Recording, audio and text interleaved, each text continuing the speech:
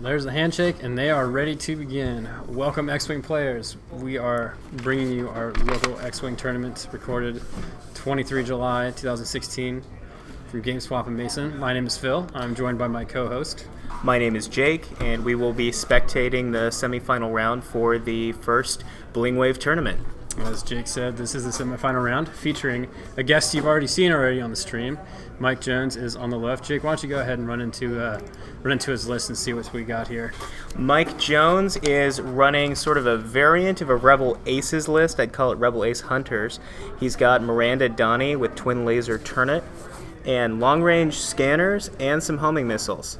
He's also got Nera Dantels in a B-Wing. Nera Dantels, just for reference, is the B-Wing that can shoot torpedoes at 360. She has Deadeye, electronic baffle, proton torpedoes, extra munitions, and guidance chips.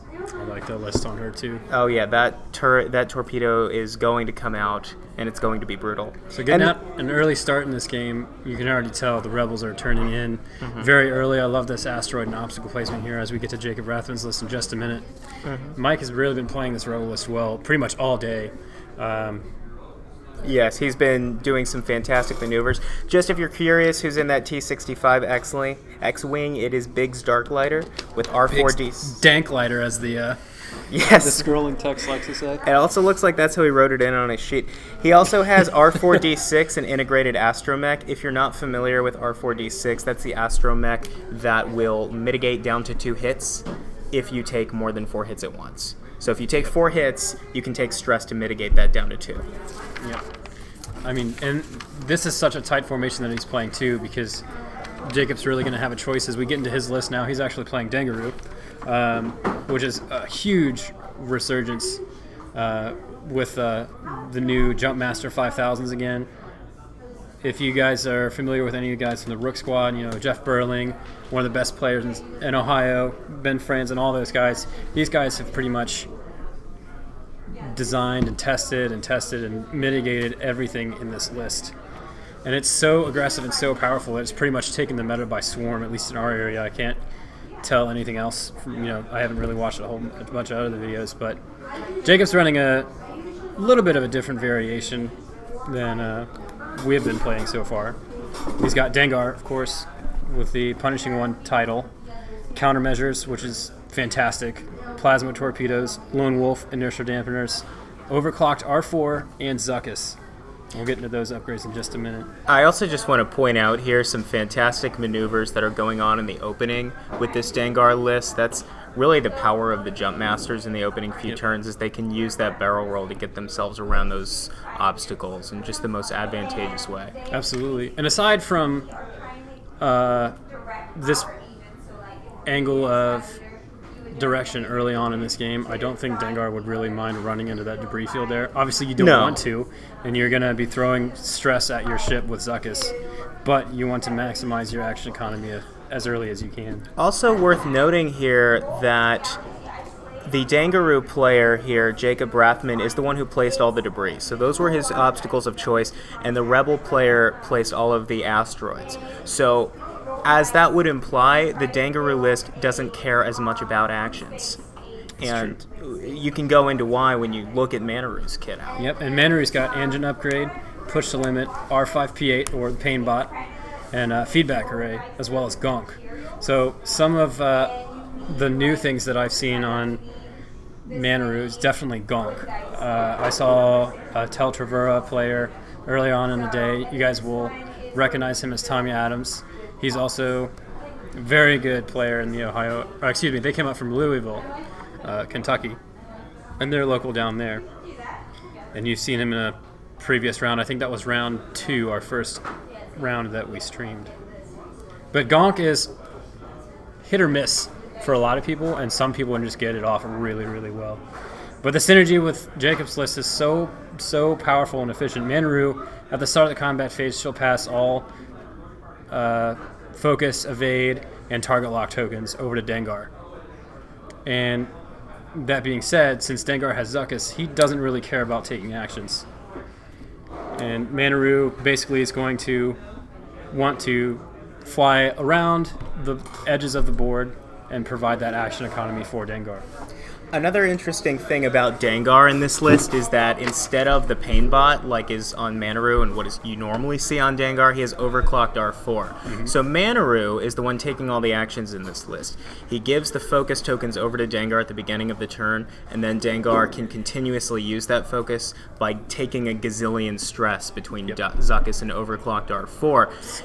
And have the modification of Lone Wolf, which he also has equipped. So Dengar doesn't need actions. It's a pseudo action. Lone Wolf is really good. And Absolutely. Overclocked R4 is almost like an infinite glitter stim, which is kind of interesting to see because normally people would run glitter stim on Dengar anyway. But since you have that Overclocked R4, I mean, you don't really terribly need it. It's cheaper than glitter stim is, and it's just it's so good. But as we see Mike Jones turning in towards the center of the board here, I'm going to be really intrigued to see what Dengar is going to be able to do and if he's going to get shots on that. Maybe shots on that B-Wing if he's an ARC. Definitely. And the real threat, as I mentioned with Mike's list, is that you really don't necessarily know who you're going to go after first. Normally, in a two-ship list like Dengaroo, you're also faced with a threat. You know, is your big threat Manaroo or is your big threat Dengar? Depends on how that list is built. Generally, it's probably going to be Manaroo because she's providing all the action economy for Dengar. But Mike's list is difficult because he's got bigs. And so you can't particularly target either Miranda or Nera. It's so frustrating to have a range 1 shot on Nera Dantels or Miranda Doni and then have to take a range 3 shot on bigs instead. It is just the worst feeling in the world. And the real strength of the Dengaroo list, the weakness is that Dengar has to do all your work. The strength is that he can. That's true. So you can be really aggressive. I mean, Miranda's got the target lock on Dengar already with long-range scanners, so she's set up to do a probable ordnance strike. Dengar looks to have range 3 on Nera there. I'm not sure. I don't think he's got it on bigs, so he's not going to be targeting bigs, and it looks like this attack is going to bigs after he takes the target lock there. That's the strength of the turret. Yep, and Miranda is also going to pass her focus to Dengar. Dengar shooting the plasma torpedoes this round. Oh, and here they come. Wait. Spending the target lock there. Oh, I guess he did have arc. I thought he didn't, but you have to have the arc to fire the torpedoes. And he just whiffs. Oh. That sucks. Well, that sucks. That's not what you want to see. It's okay. That's kind of where guidance chips comes in. He doesn't have guidance chips. True. He has countermeasures. So yeah, but that's why I like playing with guidance chips and proton torpedoes on mine. So Nera will take 2 shields there. Worth noting, though, that countermeasures modification is worth it if you go up against Omega Leader. Totally. Oh, just in general, because not only, especially if you have pilot skill, if Miranda had a range 3 shot potentially right now, she could use her ordnance. Now you just countermeasures. I don't know if now is the appropriate time to do it, but you countermeasures, it would drop the target lock, and you would raise your agility by 1. My hunch is that he actually wants to hang on to those torpedoes, though, because they're protons, until some other ships have gotten shots in and stripped down the shields. That's true. Because those protons are so good for disabling pilots with crits. Also, if you're not familiar with seeing the Dengaroo list fly, you'll notice Manaroo isn't really involved in the combat, kind of skirting around like a buzzard. That's by design. That's definitely not an accident. Manaroo doesn't want to be fighting in this list, so... I think, on the contrary, she can actually help. Depends on what type of list you're going up against. If you're able to skirt around and pick targets either at range 1 or 2, not in their primary firing arc, if they're a small ship and doesn't have a 360 weapon, like in this case Miranda, you're not going to want to get near that list because she's got TLT. Right. If I was Jacob, I would be playing this roughly the same way. It's tough, though, because, like I said, you've got Miranda and Nera who both have a heavy amount of ordnance. And you can't target either one of them as long as Biggs is in range 1 and you have a shot on Biggs. And Biggs is so good at this point because he effectively has, 2 hull bumped up to 3 because of that integrated Astromech. Even better than that, it's more like a shield because that's true. Gets rid of a card. Now, I think that the biggest threat to both of the Jumpmasters on the field right now is that homing missile that Miranda is carrying. You don't know where... I mean, it's going to Dengar right now because of the long-range scanners, but no matter who it gets loaded into, it's just going to hurt. So we just saw a 4-dice attack. I think it was from Nera there. And now Dengar with a revenge shot. He's only getting 1. There's the dice tray. Yes, you'll see a lot of the players, if something rolls out of the dice tray or they forget to roll it in the dice tray, they'll re-roll it. I wasn't really too concerned about it as long as the players were able to view. And you see here that the Rebel player did roll a dodge, and then he got to use Zuckuss to make him re-roll the dodge. So that is why Dengar is so scary. You basically roll your evade check twice. Every good result that you get, you have to roll it again and see if you can get it again. It's just brutal. Yep, and I couldn't really tell if Jacob remembered Lone Wolf or not. He's clearly out of Lone Wolf range, being 1 to 2 from another friendly ship, and I haven't really seen him roll for one Lone Wolf yet. And as you can tell by the stress, like Jake said, Zuckuss is just unbelievable.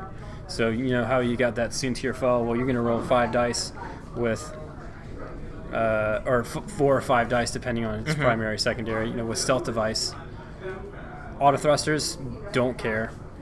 You know. All right, so you're going to roll 3 evades. You're going to spend your focus token and your, evade token. Just re-roll them all. Actually, the order of that's kind of well, it's a brutal combination nonetheless. You know what's really interesting me about this Rebel list is the electronic baffle on Nera Dantels. Yes. I would want to look in here into why he put that in and how often he got to use it, how much utility he got out of that throughout the night. I guess it's so cheap on the list, it really just takes up the system slot that there's no reason not to take it, but I really do wonder if he got some utility out of it. Yeah, it'll be interesting to see how it plays out for Mike going into the later portion of the round.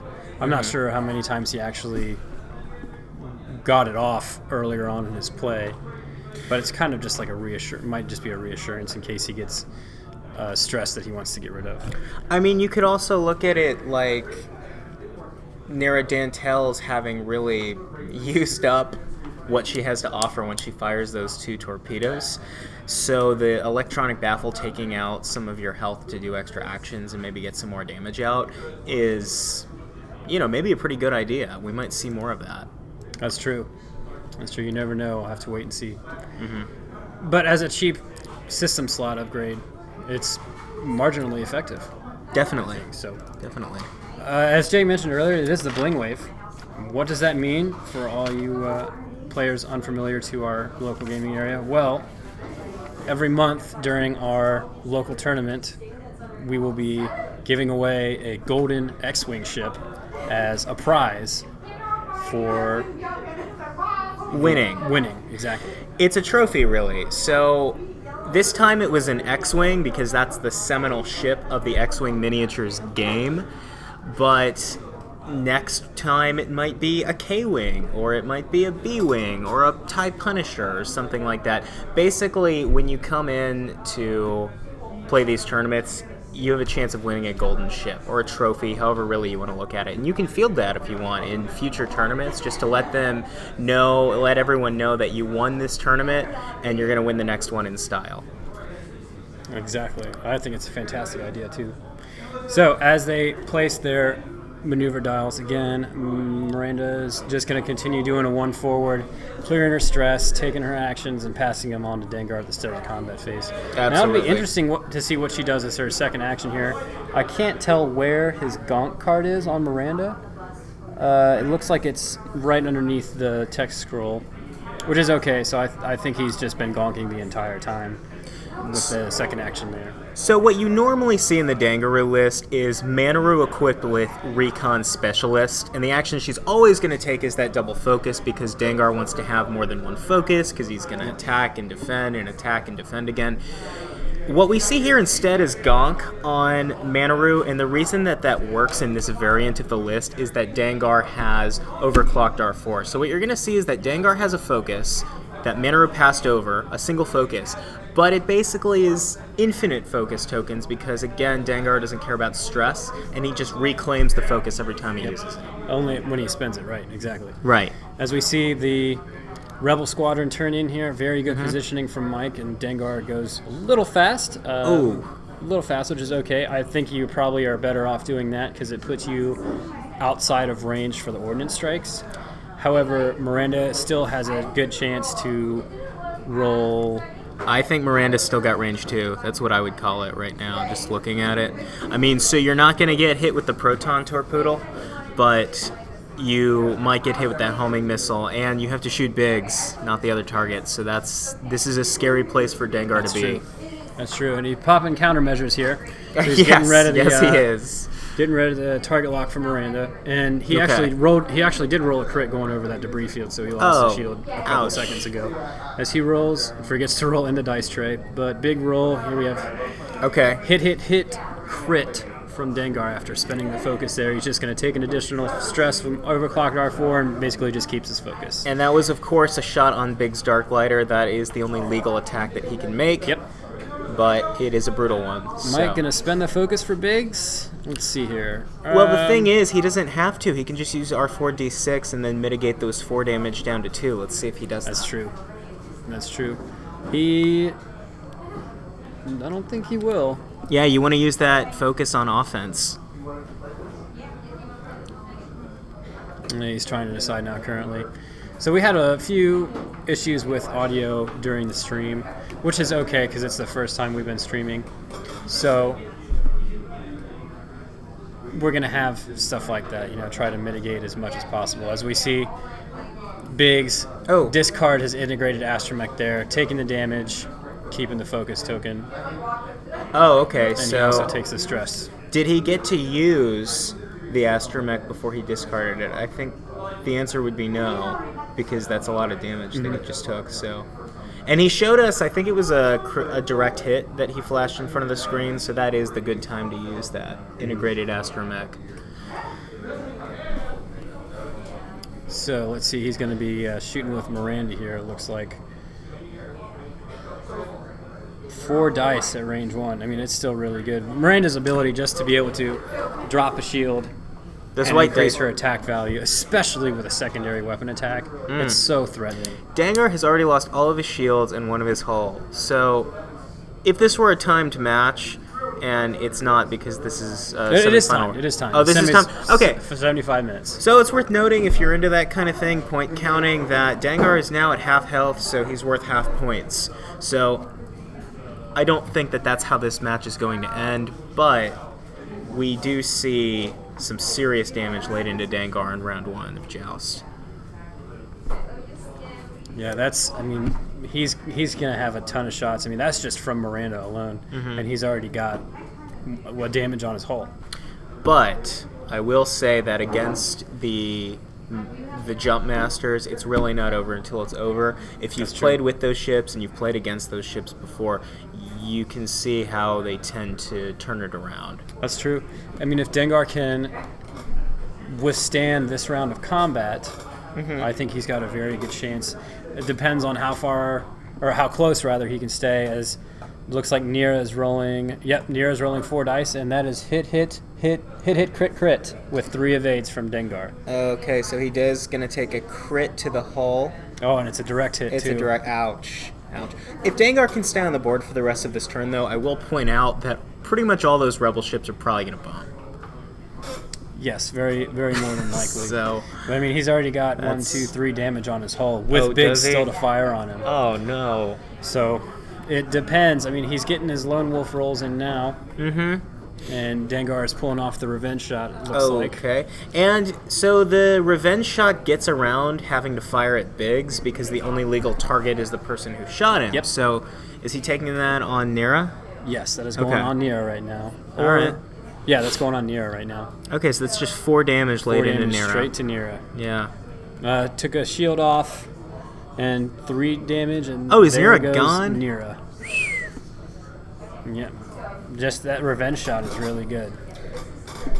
Really, really good. And that's what makes Dengar so effective. And this is at the time where I'm really considering just keeping the pain bot on Dengar. All that damage, potentially that could have gone through.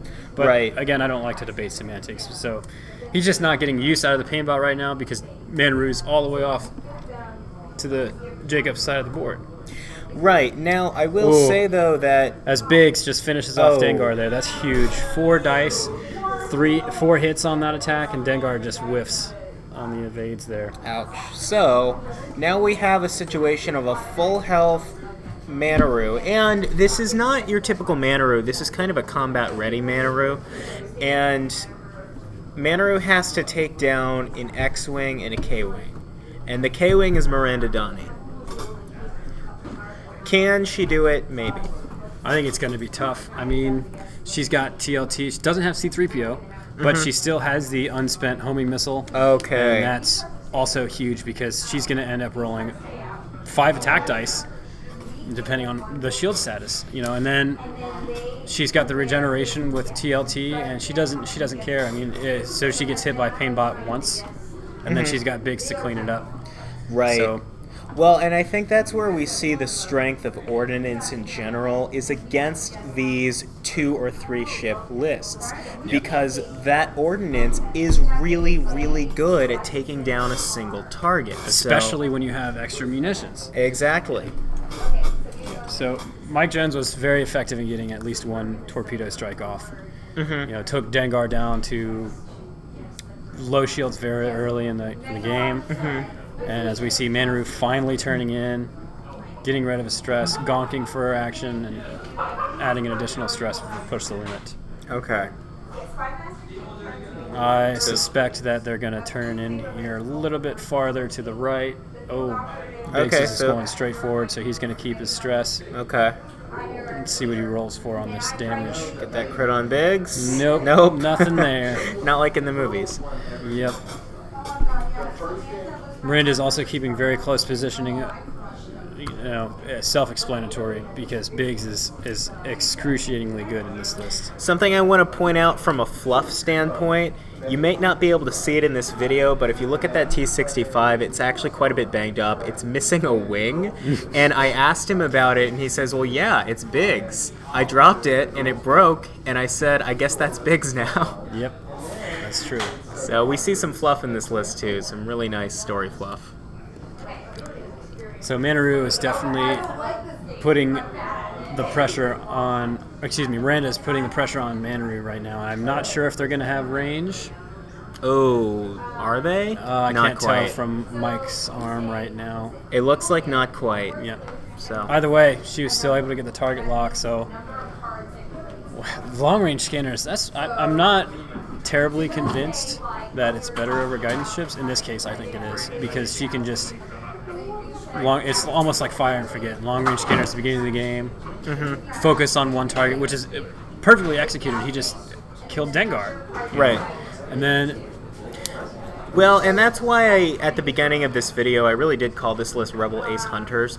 The thing is that Miranda Doni has a pilot skill of 8, so getting an actual target lock on somebody isn't necessarily the hardest thing to do, unless their pilot skill is 9, like Sunjur Fel or Dengar or Whisper. So you can see that this list is really just a nightmare to those expensive arc dodgy ships. And it looks like Mike is deciding on what to do with his ships here. He's trying to judge how fast Manaroo is going to go. I think Manaroo is just going to go either a 1 forward here. I would probably go... I would jet forward with 2 or 3, honestly, because you're going to move first and get your actions, and avoiding that range 3 engagement was a really good thing for Manaroo. That's true. That's true. She's able to gonk, get another shield on there. Didn't have to deal with TLT, didn't have to deal with missiles. That's true. So if she can dash forward, no pun intended, then she will be able to... Oh, it's because I'm a dash player. That's... Sorry. That was almost a pun for those of you at home. It's because I just played dash. Yeah, if she gets range 1 on Biggs, she's going to have a little bit of damage going through to her shield, maybe even to her hull. But if she can take out Biggs, that just leaves Miranda left. So if you can put damage on big, 2 damage on bigs, that's all you need. Well, and this is not a full health bigs, like you just said. You only need to get those 2 hits in, and once you do, I actually kind of like the odds of this battle-ready Manaroo versus Miranda Doni. Yeah, and as Mike's looks like he's locking in his dials here. This is really a crucial round because they're both down a ship, Jacobs being the more severe, but Biggs is at less than half health right now. And what does Biggs do here? Because he's going to take another debris effect. I think you want to go slow with Biggs, but at the same time you don't want to take that debris for a 3rd turn. So he's going a little slower with Manaroo than I thought. I think Biggs is probably just going to do a 1 slight here, probably to the right or something like that. He's going to take a target lock, it looks target like. lock on Biggs there, yep. And a focus? Okay. Yep. I might have done an engine upgrade. And he's doing a 1 forward with Biggs. Okay. So it looks like it's definitely going to keep Biggs out of range 1 there. Little bumpage, but it's kind of tough because of that debris cloud there. So no actions from Biggs. He keeps his stress, rolling for the effect, and no crits on the debris cloud. So to those of you who roll crits constantly when you're rolling over debris cloud, Jake has something special to say to you. I'm sure. Our hearts go out to you. My heart in particular. I am the player that will roll the crit every single time on the debris cloud, and it will be a direct hit, and it will kill my ship. So as we see Miranda careening in there, she's going to take a focus and end up rolling 5 dice on this attack. 4 dice, on this attack. If she wants to. Weapon, if she wants to, right? I think she wants to here, and it looks like Mike is thinking the same thing as he removes the shield token. You have to. I mean, she's already got 2 shield left, and she's got a significant amount of hull. Well, I mean, plus Mike's dice have been hot pretty much all day as he spends the target lock there. He's shown hit, focus, and it looks like he blanked out on that one. So 3 hits going to Manaroo with an evade, so he takes 2 damage. Takes 2. Now, Manaroo is not taking a shot back, so I do think it was the right move to lose that shield. Correct. And roll more dice, because you really want to close that deal before Biggs goes down. And I don't think he forgot to pain bot. He just is saving it. Okay. So, oh, yeah, he did pain bot, and he got nothing there. Oh. Painbot is so much fun when it works out. It really is. So as Manaroo spends the focus on Biggs, turns it into 2 hits, and Biggs rolls the double evade. Oh. That's pretty clutch. Ouch. So Biggs is going to stay alive another turn, and now Manaroo is in quite a difficult position here because she really has nowhere to go. I mean, you can't turn left. You're going to bump and land on that, or land on an asteroid. Yes. See, the Jumpmaster's dial is typically very good, but it is worth noting if you need to clear stress, your options are forward or to the left. Yep. You are reverse Zoolander in space. So it is really tough for Manaroo right now, and you're pretty much never going to get to shoot Miranda Doni until Biggs is dead because of that turret. It's so effective, Biggs just being in that squad, and he's just there as a bullet sponge because you're not going to shoot at anyone else until you take out Biggs. And we're going to say it time and time again, but that's just how effective it is, and it's good. Definitely. It's good. I have not seen a rebel list like this in quite a long time. Mike's actually got a pretty fantastic Poe jacket. If he was flying Poe, he probably would have worn the jacket today. So, but speaking of that, we had, as I mentioned, a very diverse group for the tournament. And Manaroo's just doing a 1 forward there. She's going to bump into Miranda. Clear stress, but get no actions. Is it going to make Biggs and Miranda bump? We'll see here. Biggs is definitely going to bump with that 1 slight to the right. But it will clear stress. Yeah, like I mentioned, Mike came down from Columbus, and the X-Wing Ohio guys are just super, super competitive and super, super on top of their game. Well, we saw some great flying from really everybody who came to the tournament. We saw people skirting around asteroids and flying in formation. Absolutely. We saw the kinds of games of X-Wing that make you want to play X-Wing, and that was good because, like Phil just said, we saw people from really every skill level. And as show up. Miranda careens past Manaroo here with that 3 bank, it's going to keep her away from TLT range, but Manaroo is still going to suffer that 4 dice attack from the back of her ship. So the fact that Mike's able to fly Manaroo like that, anticipate the bump, go fast enough to get away from the impeding bump actions is just very, very, very good flying. I mean, to some it's probably predictable, to others maybe not so much. Whether or not it's predictable, sometimes the predictable move is the right move. That's true. And this is one of those cases. I don't think that move shocked anybody, but it did put him where he needed to be. That's true. Yeah, and then as I mentioned, the group from Louisville also super competitive. I mean, like, the meta itself was so diverse. I mean, we had guys that played several. There were 3 Rebel lists there. There was a Poe and Han build. There was this build, of course, and then there was another one with a couple of A-Wings and maybe one other. A couple of Imperial lists as well. And I really wish I would be able to capture all of the matches on film, but you just can't do that. So. We saw a YV666 with Bosk in tow as well that did very well, and that ship is typically looked at as something that's not really cutting it. So it was good to see that on the table, and it was good to see it do as well as it did. That's true, and this game is so balanced and so diverse that people are able to look at the meta in the particular area that they live, and they're able to tweak their lists based on, as I said, what different people play.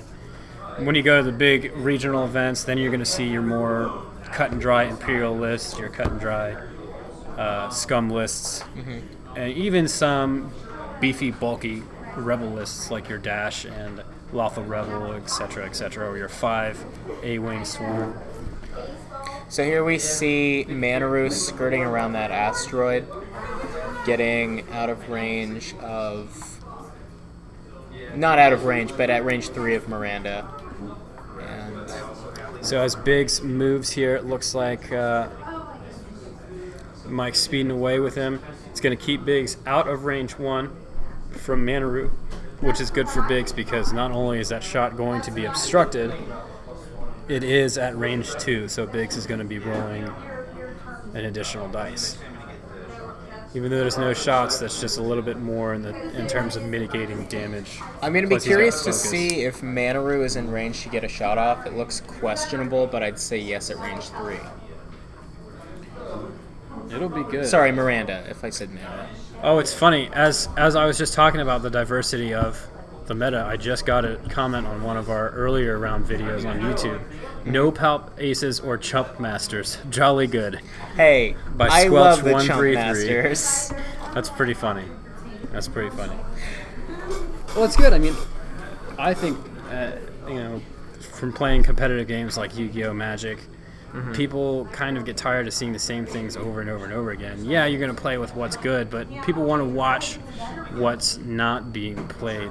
It's kind of confusing, but triple Jumpmaster games, if you're watching them, they get stale a little bit, and they get a little bit predictable. It's fun to see people fly them, as there are some significant TLT shots, and there is actually, I think, more execution to the triple scout list and to the Dengaroo list, and really just to the meta. I'm making air quotes here in general that people realize because this is such an execution-driven game. So a mediocre player playing Palp Aces, which is considered the strongest list right now.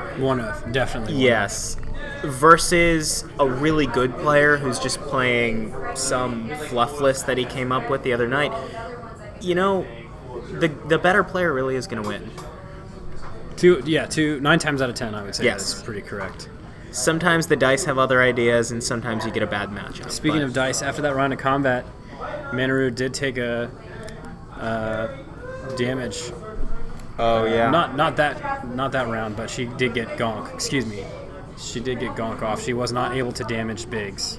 Okay. And Miranda is down 1 shield, and it looks like this is really good positioning by Biggs. I'm not sure if that bumps. It does not. Okay. So that is a... It's all right. Give Manaroo another focus there, Mike. That's good. So Biggs has the focus now. Miranda's doing the 1 forward, keeping out of range 1. So it looks, I can't quite tell, really want to get the major as much use as the TLT as he can at this point now. Have those missiles been spent because they're still face up? No, they have on not. The table. Oh, they haven't not had a chance to shoot his missiles yet. And it looks like Miranda is going to be at range 1.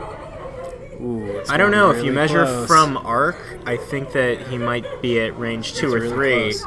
If he has arc at range 2 or 3, he is allowed to shoot the missiles, even if Yep. the corner is at range 1. So we might see those missiles come off if he has the arc to do it. Yeah, so as you can see, I'm coming in here and trying to make a ruling.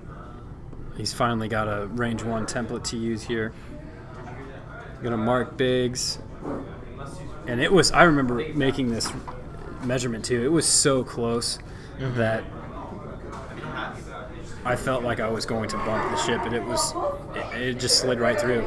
Very nice watches from all the players. You can see their watches right now. Very nice watches. Astute observations. Except the only one without a watch is Jacob, which is funny. So it is. And that's why he's doomed to fail. It is a range 1 shot. He looks like blank hit there. Okay. All right, now I'm kind of second guessing myself. I'm not remembering if it was range 1 or range 2. Or I'm sorry, it was range 2 shot because like I said, it was just out for range 1. So it's a TLT going through here to the shield. Is he going to pain bot? I think you do. It's really your only way to damage damage Miranda before Biggs dies. It's pretty awesome when you roll that crit though and damage your own ship. The way Mike's been rolling, he's been keeping Biggs alive, and it's just Jacob's having a tough time taking down Biggs right now. So that was the first TLT shot going in. And looks like they're discussing some other things here. Mike's getting ready to roll again. Which brings me to another point. Like, TLT was so good as he rolls 3 hits there with it. Yeah. TLT is so good in that it really controls how people play. It's not so much anymore because of the triple Jumpmaster list. Yeah. But there's the triple Jumpmasters. The other way that people I've seen kind of quote-unquote counter, I'm big on air quotes, especially when you can't see me, but the way that a lot of people I see counter the TLT is a green dice because you roll them twice. So a Suntir Fell against a TLT can actually, hold his own. Biggs rolls some damage against Manaroo, but she's able to spend a focus token to change those 2 focus results to evades, and she's going to get nothing from the pain bot as you just saw, but she's got that range 1, 2 hits against Biggs, so we'll see what he rolls here. Kill him. And Biggs rolls blank and a focus. Does Biggs have a focus token to spend? He spent his focus token Okay, already. so now we see Biggs off the table, and that's a Biggs victory. is down to... He's only taking 2 damage there. I was going to say that's a victory in and of itself, but not yet. Yeah, that's right. So it's just tough. I mean, Manaroo's got 4 hull left. She's got no shields. She's going to have a hard time doing a green maneuver that also lets her take actions because she has to turn left or go straight. I don't think a 3 forward's going to clear. No, I don't think it is either, and the 4 forward's not on the dial. So I think we're going to see a 2 turn to the left, but that's just speculation on my part. I think it's going to, probably be a 2 turn to the left as well. Unfortunately, it's going to bump, though, so it will clear the stress. You think? It's going to be close. It's going to be really close. It depends on where that back end is angled there. Okay, what are we seeing? Yeah, and he's just doing he's just 1 resigned forward there and and bumping into Biggs. So Resigned stress, himself to bumping.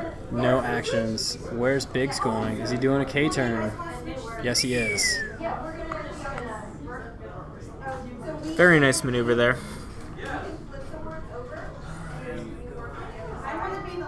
Yes, he is. As he reveals Miranda with a 3-speed there, it looks like. It's going to keep her at range 1. She's just going to... I think she might put the finishing touches on Manaroo here. Drop a shield, roll 4 dice. People forget that just because you have a twin laser turret doesn't mean you need to use it. That's true. So that primary attack right now might be enough. 1 for the range bonus and 1 because she's dropping a shield, which is what Mike just did. And so he's rolling 4 dice. I can't tell what else he has. It looks like at least 2 hits are going through.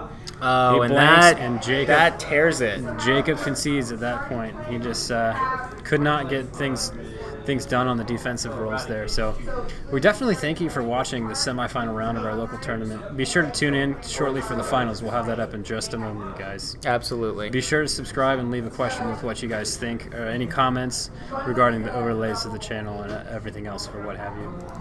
But again, my name is Phil. And my name is Jake. And we will see you in the next round.